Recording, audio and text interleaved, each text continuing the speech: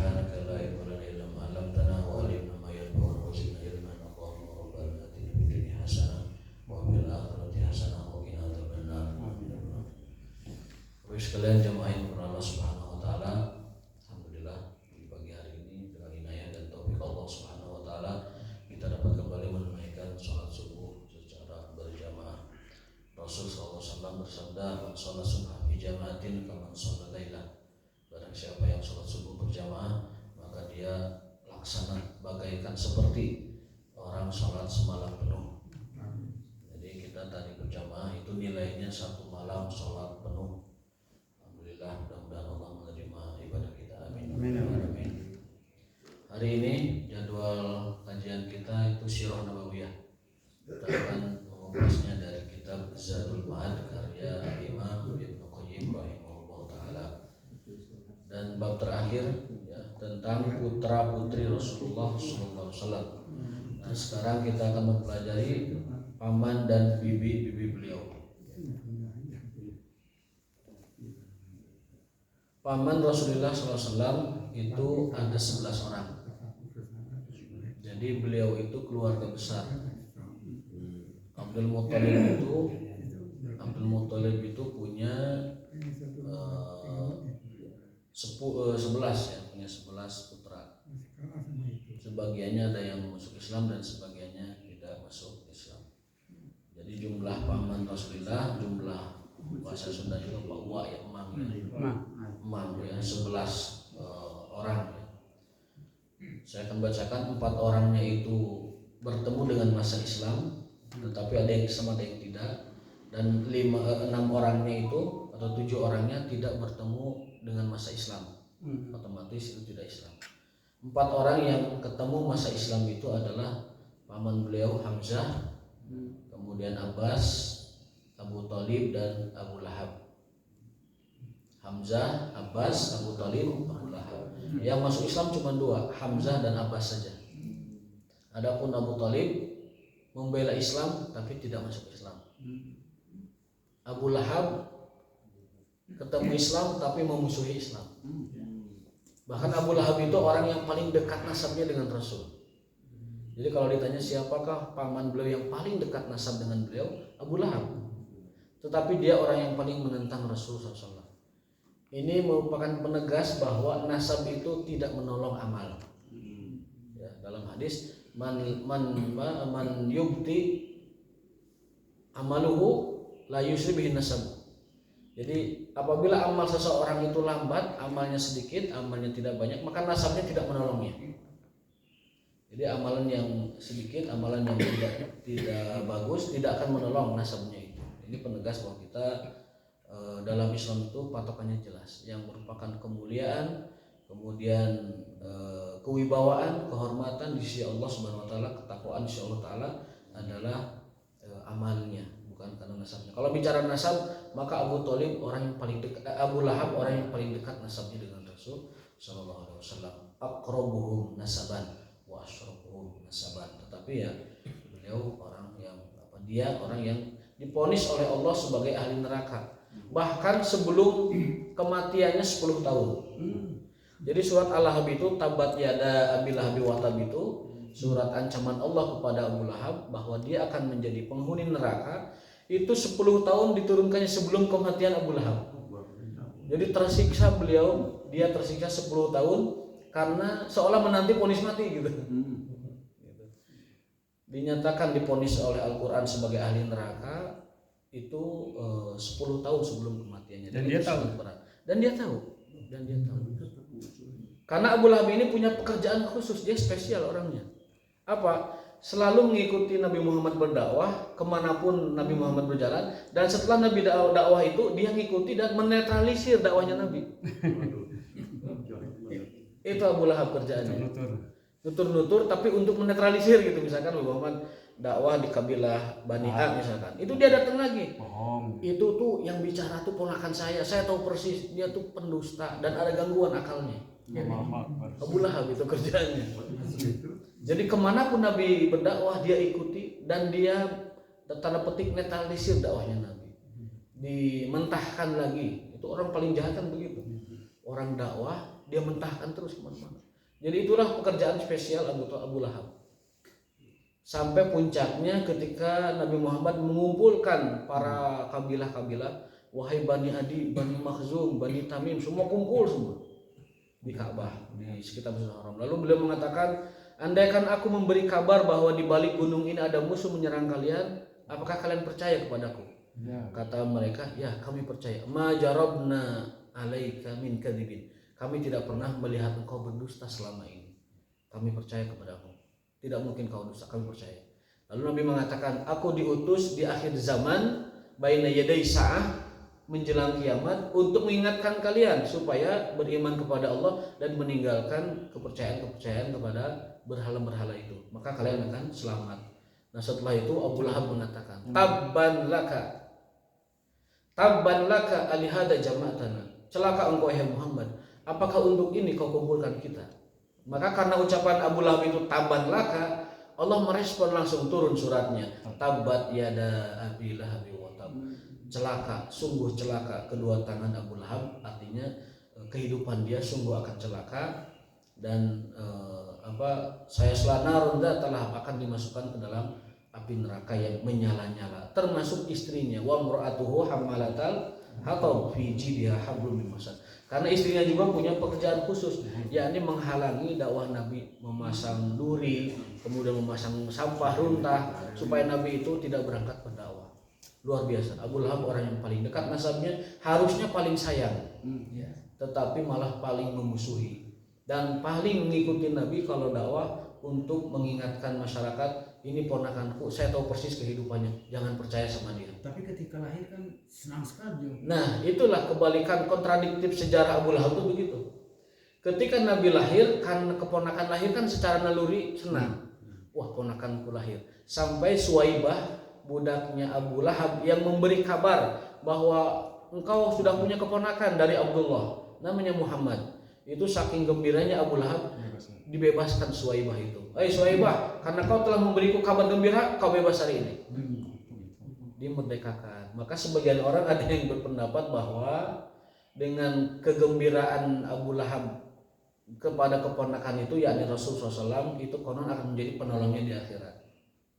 Tetapi rata-rata para ulama tidak kesana menafsirkannya. Kebanyakannya Abu Lahab karena sudah divonis oleh Allah dalam Al-Quran, bahkan 10 tahun sebelum kematiannya, itu sudah pasti, sudah jelas bahwa Abu Lahab itu kekal abadi di nerakanya, dan termasuk ahli neraka yang tidak dapat berubah, karena itu Al-Quran sudah memvonisnya demikian.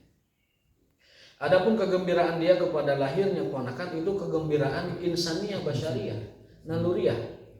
Orang sepreman apapun kalau ada keponakannya lahir, gembira. Saya punya ponakan nih.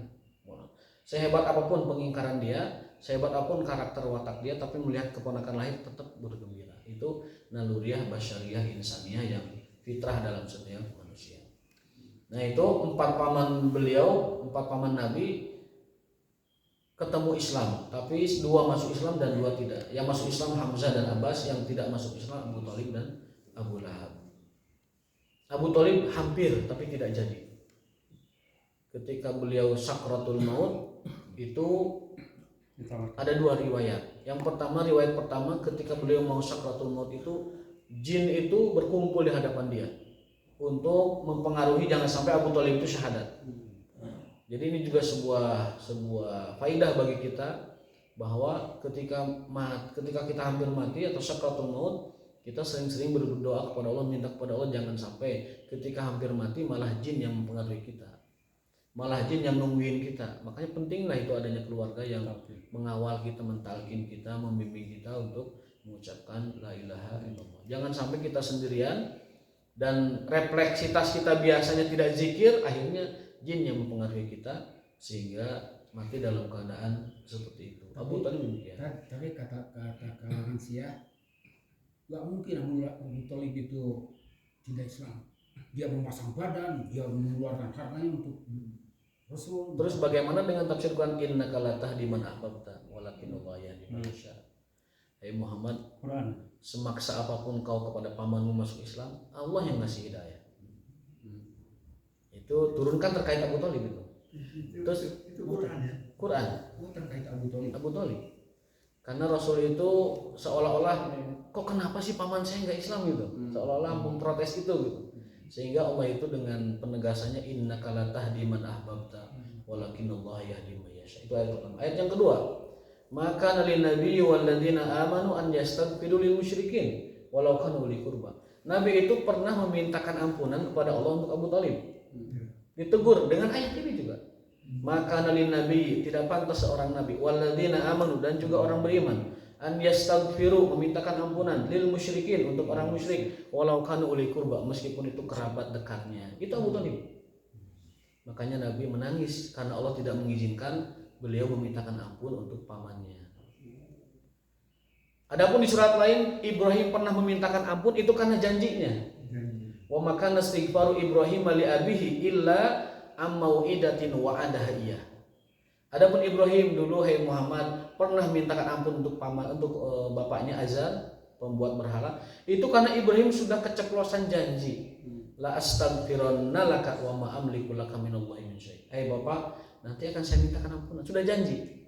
Sehingga Ibrahim akhirnya memintakan ampunan, dan itu pun ditegur. Itu pun ditegur, diperingatkan oleh Allah Ta'ala, Ibrahim, kamu tidak bisa memintakan ampun kepada ayahmu, untuk ayahmu maksudnya, kepada Allah Subhanahu Wa Ta'ala. Nah, jadi dua ayat ini penegas bahwa Abu Thalib meninggal dalam keadaan kafir. Satu ayat larangan istighfar untuk orang musyrik. Makanya kalau ada orang meninggal dunia, Pak, non muslim, jangan disebut Allah maghfir lahu. Cukup innalillahi saja.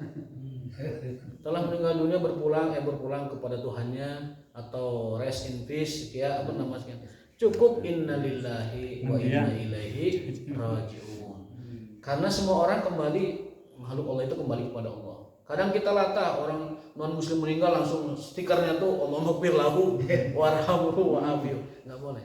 Apalagi tidak kenal. Apalagi nggak kenal. Itu batasan kita. Tidak boleh memintakan ampun kepada orang ahli syirik, ya, ataupun orang kafir. Cukup innalillahi saja. Cukup innalillahi saja. Itu tadi penting yang jin berkerumun itu. Ya, jin berkerumun mempengaruhi Abu Thalib untuk tidak masuk Islam. Artinya apa? Permusuhan yang paling abadi manusia dengan musuh itu dengan jin. Sampai meninggal pun. Sampai jadi pemimpin makar paling pertama, penjahat paling utama, musuh paling utama kita adalah jin. Apa? Iblis. Iblis itu kan di bawahnya itu ada jin, ada ifrit, ada segala macam. Jadi permusuhan abadi kita sebenarnya dengan jin, dengan iblis. Kalaupun kita bermusuhan dengan manusia, karena manusia itu mengikuti iblis. Jadi permusuhan abadi kita adalah iblis itu. Maka punten, saya sering ngomong itu ke teman-teman semua, terutama yang sudah sepuh-sepuh lah. Kalau sakit jangan dibawa ke rumah sakit Kristen. Kalau sekarat di rumah sakit Kristen, apalagi keluarga nggak ada, dihaleluyain gimana? Tambah jin berkumpul. Kenapa sih mesti ke Bromius, ke Immanuel? Satu rumah sakit Kristen banyak sekarang. Sudah bagus-bagus juga sekarang. Apalagi kalau sakit itu sudah tua banget, sudah kelihatan lah gejala-gejala walaupun umur nggak tahu, tapi kan secara zahir udah kelihatan banget gitu. Kita bawa ke rumah sakit Kristen misalnya, ya bukan salah mereka mau dihaleluyain, kita yang salah datang ke situ. Itu riwayat yang pertama. Riwayat yang kedua, karena para ketua-ketua kabilah itu kumpul. Jadi sebangsa ning abu-abuan tuh kumpul itu. Abu Jahal, Umayyah bin Khalaf kumpul di rumahnya Abu Thalib ketika hampir meninggal dunia. Karena apa? Karena Abu Thalib kan pemuka Quraisy. Orang yang paling dinomorsatukan di Quraisy. Meskipun secara finansial Abu Thalib ini bukan orang paling kaya di antara orang Quraisy, karena yang paling kayanya kan Al-Walid bin Mughirah. Itu yang di Quran diabadikan dengan ayatnya dalam surat Al-Quran, bahwa disebutkan bahwa wa ja'alahu malam mamduda wa banina syuhuda wa mahattu lahu tamhida. Itu gambaran Quran kepada Al-Walid. Al-Walid itu nikmatnya banyak sekali. Keluarganya ngumpul semua di tempatnya. Hartanya melimpah ruah. Kemudian dimudahkan segala urusannya. Tapi dia tidak juga menerima dakwahnya Rasulullah SAW. Itu Al-Walid orang yang paling makmur di kalangan bangsa Quraisy. Abu Thalib itu secara finansial sederhana, tapi secara kehormatan, ketokohan dia orang yang paling ditokohkan. Karena putranya Abdul Muthalib yang merupakan penguasa Ka'bah saat itu, ya. Dan pelindung Ka'bah lah kalau bahasa kitanya di kemasyarakatan, sehingga paling mulia dan paling terhormat. Nah, Abu Talib ini ketika meninggalnya didatangi oleh para ketua-ketua kaum, sehingga membuat Abu Talib segan untuk mengatakan la ilaha illallah. Sampai Nabi merayu, ya ammi qul ya ammi qaulan. Katakan wahai pamanku satu perkataan, aku jamin engkau di hadapan Allah selamat. Apa itu? Asyhadu an la ilaha illallah wa annaka rasulullah. Tapi Abu Talib tidak mengucapkannya. Sehingga Abu Talib ya tidak selamat. Dan akhirnya Nabi hanya diizinkan memohonkan keringanan hukuman. Tapi dalam hadis itu disebutkan, aku mintakan keringanan untuk pamanku dari siksa neraka.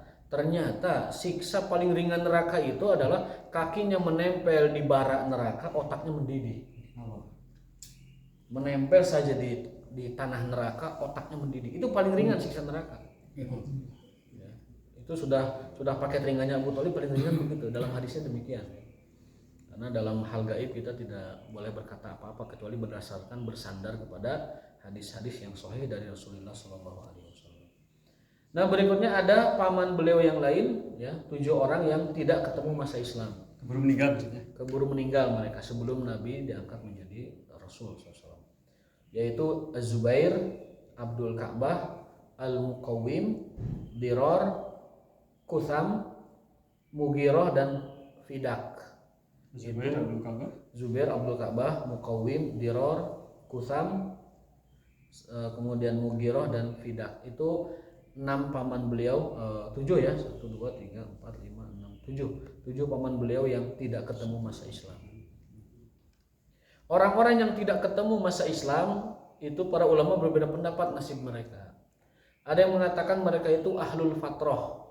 Ahlul fatrah itu orang yang hidup di masa rentang kenabian Nabi Isa sampai Nabi Muhammad 500 tahun. Bagaimana hukumnya? Hukumnya mereka adalah, ada yang mengatakan dimasukkan ke dalam surga karena syariat belum turun. Ada yang mengatakan mereka itu tergantung amalnya. Kalau baik ya orang baik jadi dibalas kebaikan, kalau buruk ya dibalas keburukan. Ada yang mengatakan bahwa mereka itu di tempat di surga yang namanya A'raf. A'raf itu tidak ke surga, tidak ke neraka, ada tempat khusus namanya A'raf. Ala kulli hal, dari 3 pendapat ini yang paling rajih menurut saya adalah bahwa mereka itu ahlul fatrah. Orang yang hidup di masa rentang kenabian Isa dan Muhammad, selama mereka itu mengikuti syariat sebelumnya, artinya ada dalam fitrahnya, maka mereka adalah ahli surga. Ya, karena di Quraisy itu kan ada beberapa agama ya, ada Hanifiyah, sisa-sisa kenabian Ibrahim, ada Yahudi, ada Nasrani. Nah, selama mereka mengikuti Hanifiyah atau Yahudi atau Nasrani dengan kadar amalnya masing-masing dan tauhidnya sama, mereka selamat masuk surga. Adapun mereka mengikuti keyakinan berhala, karena berhala itu kan baru didatangkan oleh Amr bin Luhai, pemuka Quraisy yang berkunjung ke Damaskus membawa berhala. Dia mengatakan orang-orang Damaskus dulu nyembah berhala pada maju, pada sukses. Kan Damaskus kan pusat peradaban. Dibawa berhalanya ke Mekah, tamarane bising hayang sukses jika Damaskus jika kieu. Akhir namanya orang kabengbat, ketipu dan menyembah berhala itu. Tapi teu maju-maju kurang lagi. Jadi dibujuk rayu dengan kemajuan bangsa lain dibawa ke tempat itu, ternyata bukan itu sumber kemajuan mereka, kan bukan berhala itu. Nah, itu paman-paman beliau ada 11 orang. 2 masuk Islam, kemudian 9-nya tidak masuk Islam karena tidak ketemu masa Islam ataupun ketemu tapi tidak beriman. Lalu bibi beliau ammatuhu, bibi Rasulullah sallallahu alaihi wasallam.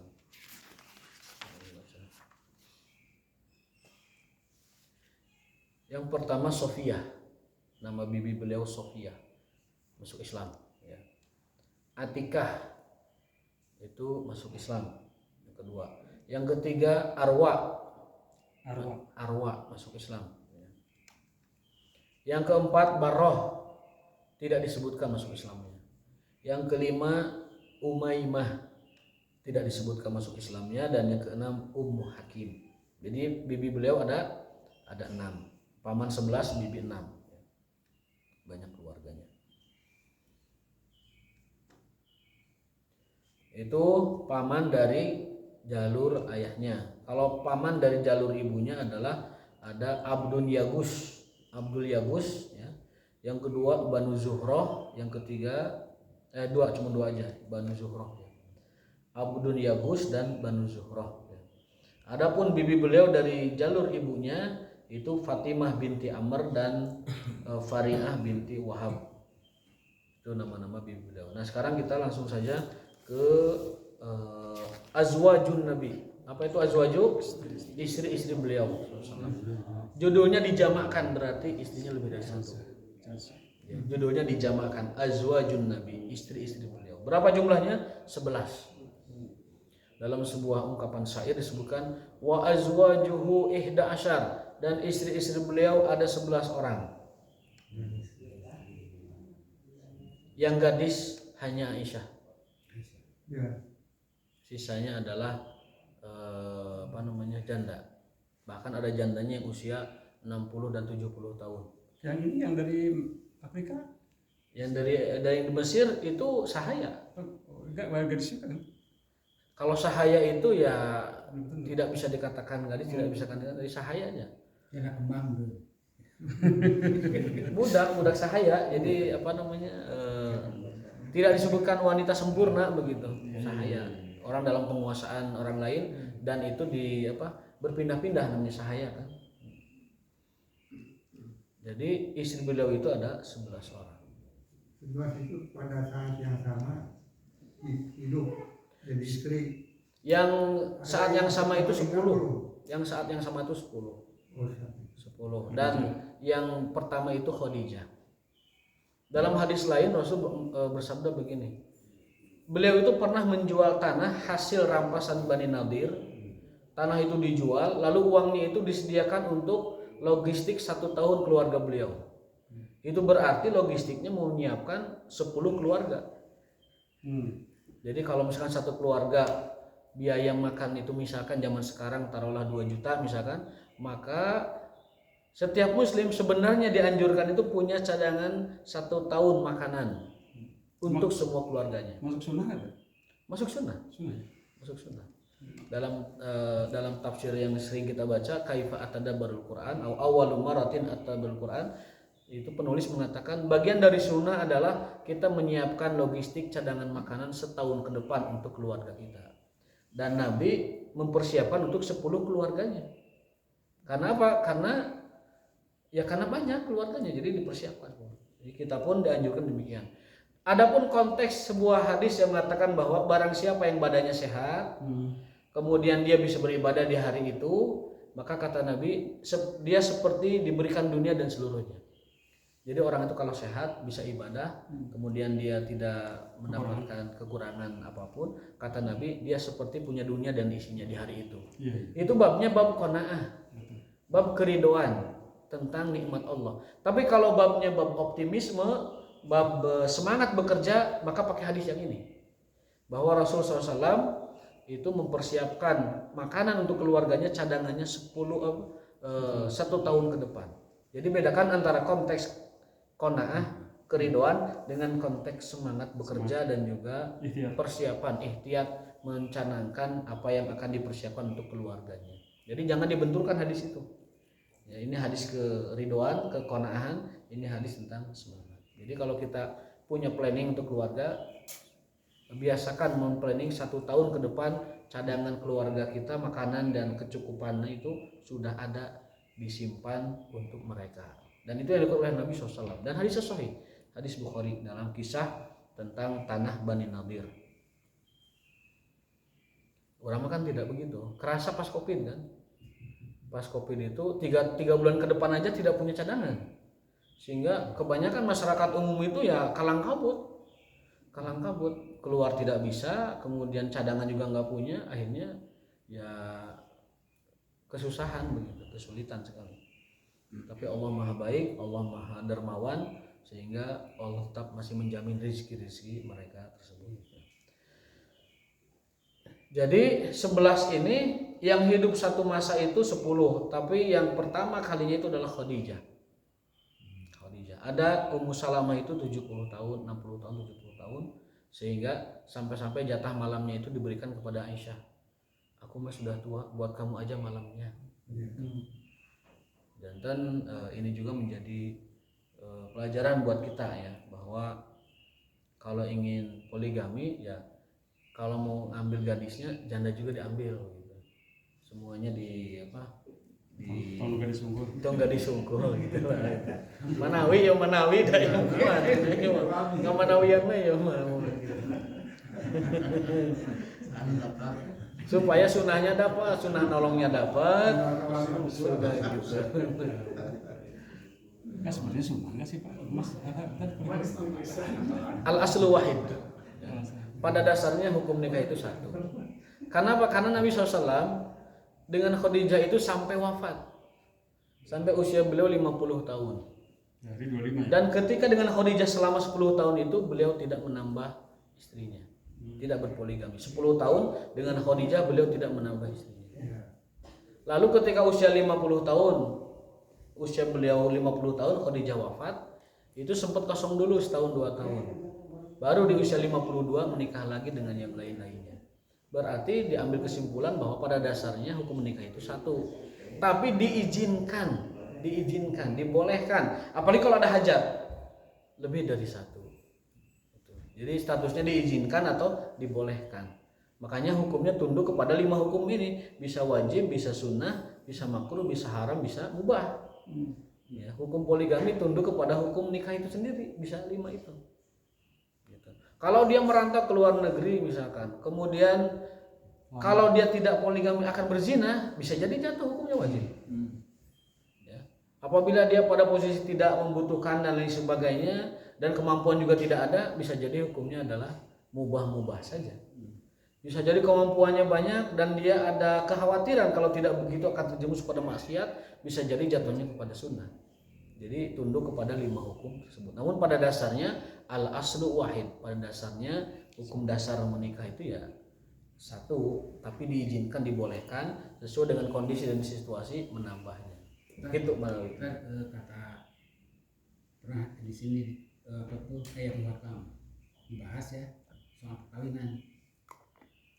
Jadi Rasul itu menganjurkan sebetulnya kalau remaja nikah dengan remaja lagi. Maksudnya kalau dengan gadis gitu, seperti dengan Aisyah ya gitu ya.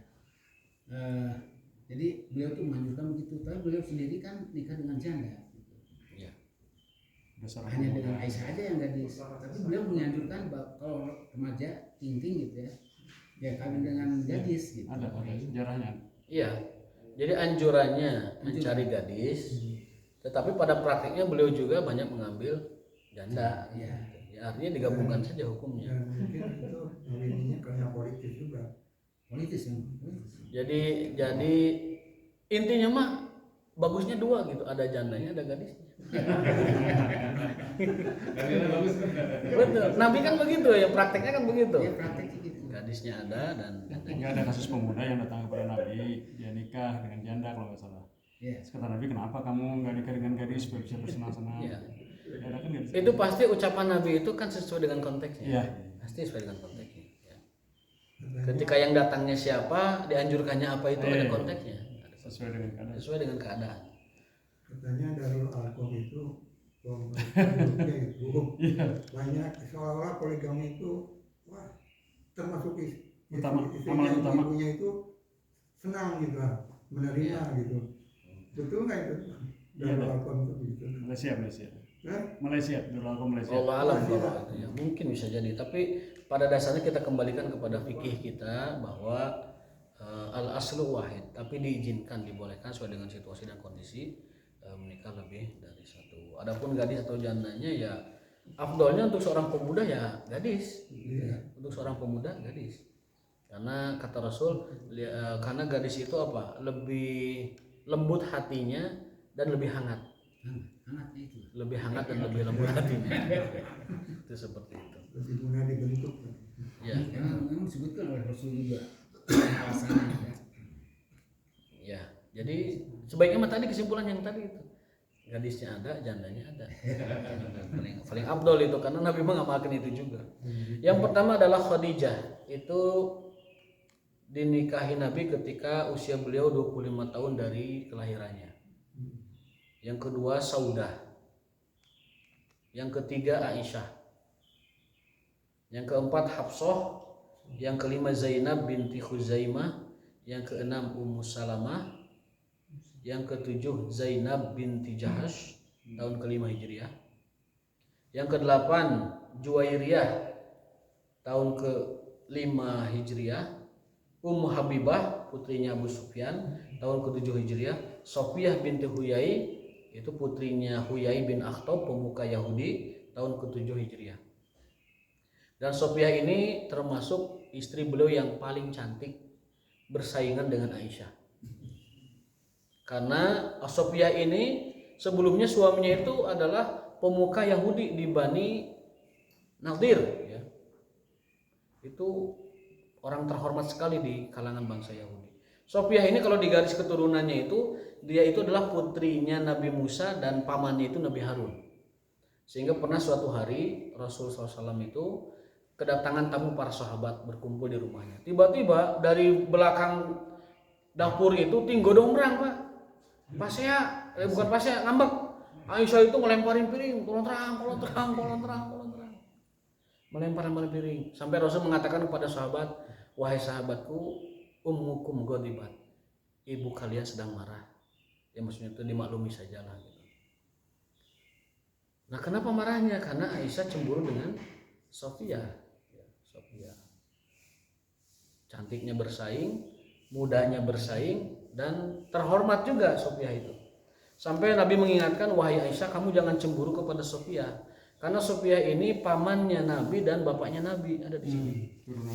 Turunan Nabi. Jadi bapaknya itu Nabi Musa dan pamannya itu adalah Nabi Harun. Ya. Kamu jangan cemburu kepada dia. Akhirnya Aisyah setelah itu tidak cemburu lagi. Saking cantiknya Sofiyah itu, ketika penaklukan Yahudi itu banyak sahabat berminat kepada dia. Dan ada sahabat yang paling tampan namanya Dihya Al-Kalbi. Itu juga menginginkan Sofiyah. Tapi karena melihat kisruh sahabat ini pada hayang, pada mau, akhirnya Rasul mengatakan Sofiyah mau untuk saya. Gitu. Jadi itu meredam polemik juga di kalangan para sahabat karena pada mau kan. Dan Rasul yang paling pantas menikahinya. Karena keturunan Nabi dengan keturunan Nabi pas jadinya. Pas begitu. Nah, ada kisah bahwa Sofiyah ini sebelum menikah dengan Nabi pernah mimpi kejatuhan bulan. Sofiyah ini ketika sebelum penaklukan Yahudi itu mimpi kejatuhan bulan sampai cerita kepada suaminya dan ditampar. Sofiyah ditampar.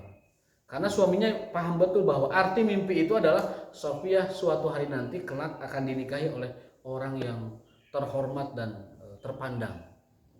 Ternyata tafsirnya adalah Sofiyah menikah dengan Rasulullah SAW setelah suaminya dikalahkan di perang antara kaum muslimin dengan Bani Nadir ya. Di sini ada ini ya. Yang saya bawakan ini rangkumannya, kitabnya di sini. Jadi harus mengkelopkan kisah demi kisah ya, begitu. Nah, baik. Berikutnya adalah Maimunah binti Al-Haris. Itu 11 istri Rasulullah SAW.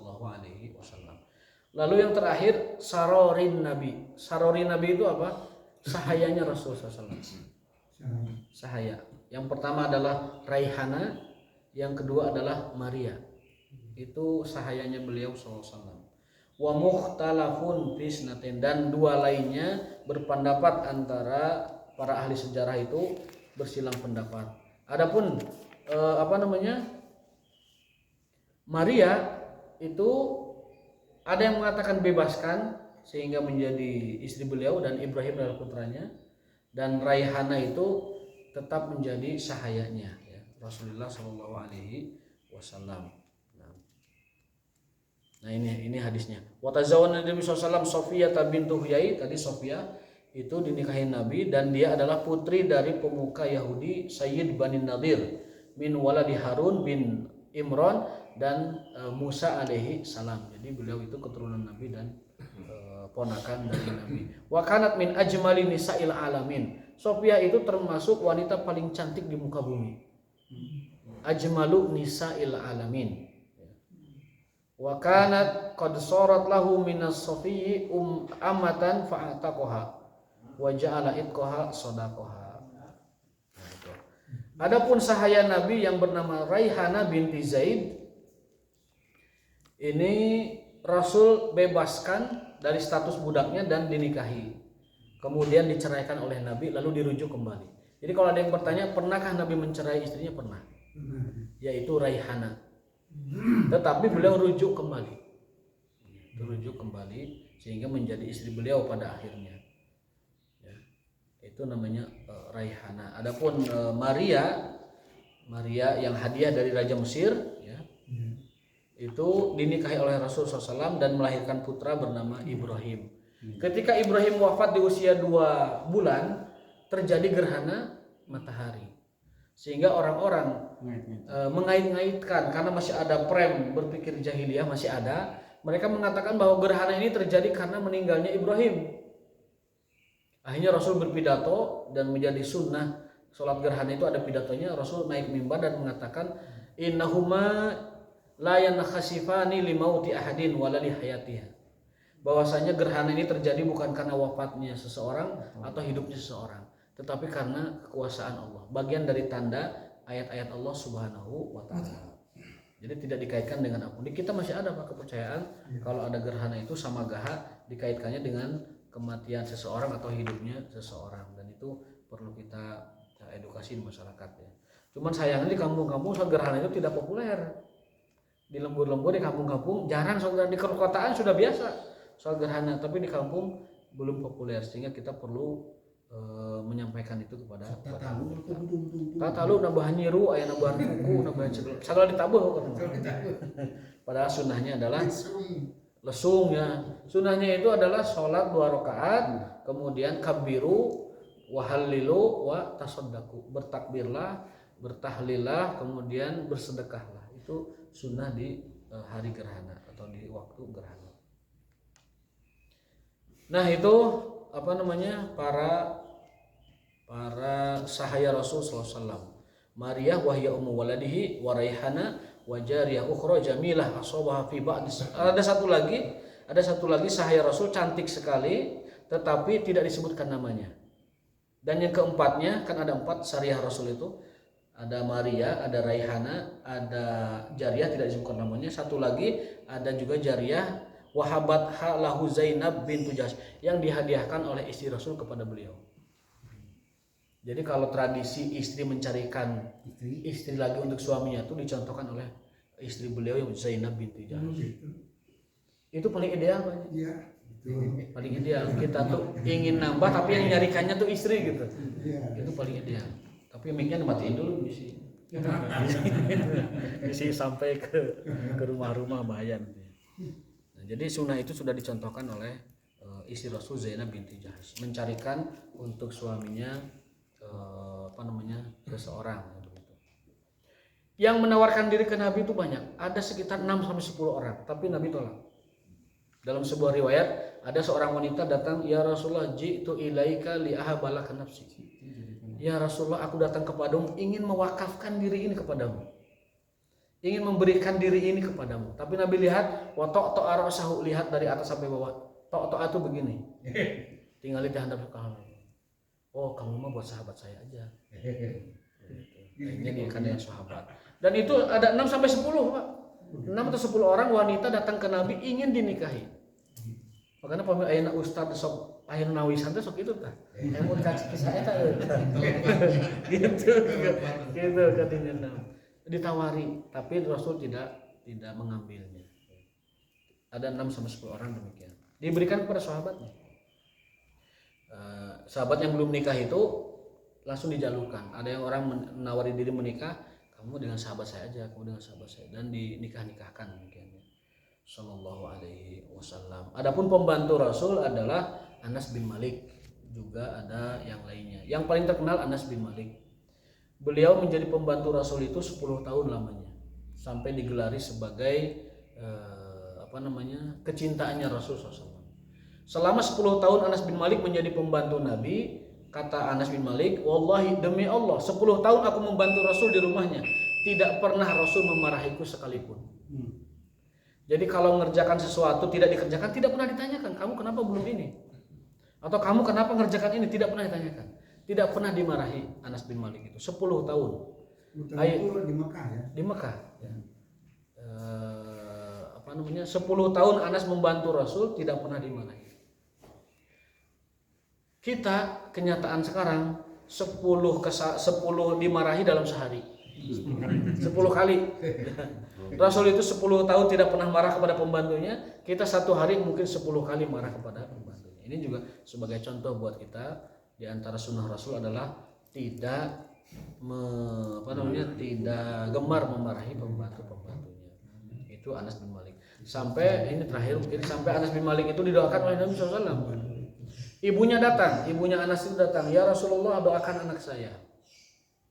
Akhirnya Rasul memegang dadanya Anas, Allahumma katsir malahu wa waladahu wa barik. Ya Allah, perbanyak anak ini harta dan keturunannya dan berkahi di keduanya. Akhirnya setelah meninggal Rasul SAW, Rasul meninggal, Anas bin Malik itu dikenal dengan sahabat yang paling banyak keturunannya dan paling kaya. Konon disebutkan putra putrinya itu sampai 42 dan hartanya itu kaya raya itu berkat doanya Nabi SAW. Itu Anas bin Malik. Jadi kita juga mengamalkan sunnah itu. Doakan ya, teman anak kita atau anak teman kita anak teman kita atau saudara kita punya, doakan Allahumma katsir malahu wa barik, ya Allah berkahi anak ini di harta dan keturunannya. Nanti Allah berkahi dia dengan doa kita. Kalau Zaid yang Zaid itu adopsinya, ya, anak adopsi. anak adopsi. Tapi itu ditegur Allah. Karena pakai bin Muhammad ya. Ya, jadi Zaid itu adalah anak adopsi Nabi, tapi ditegur oleh Allah bahwa tidak pantas seorang Nabi punya anak adopsi. Adopsi yang dimaksud bukan mengasuh ya. Kalau orang tua asuh, orang tua angkat itu boleh, karena itu membantu. Tapi mengadopsi dalam arti kata anak ini adalah putra dari anak bapak ini tidak boleh. Jadi bin itu dalam Islam itu sakral. Tidak boleh bin itu dinisbatkan kepada ayah adopsi. Maka Allah pun menegur langsung kepada Rasulullah bahwa Nabi tidak pantas kamu mengaku bin dari anak tersebut.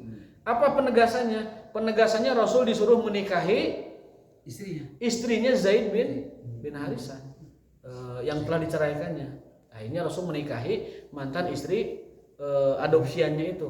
Dicerai atau meninggal Zaidnya? Zaidnya bercerai. Bukan meninggal. Bukan.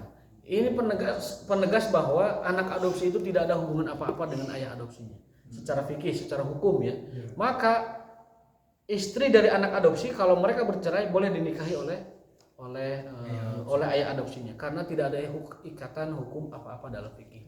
Ya, pastilah. Allah taala alam bisawab wa ma taufiquna illa billah. Kita cukup sampai di sini. Wallahu taala bisawab. Subhanakallahumma wa bihamdika asyhadu an la ilaha illa anta astaghfiruka wa atubu ilaik. Assalamualaikum warahmatullahi wabarakatuh.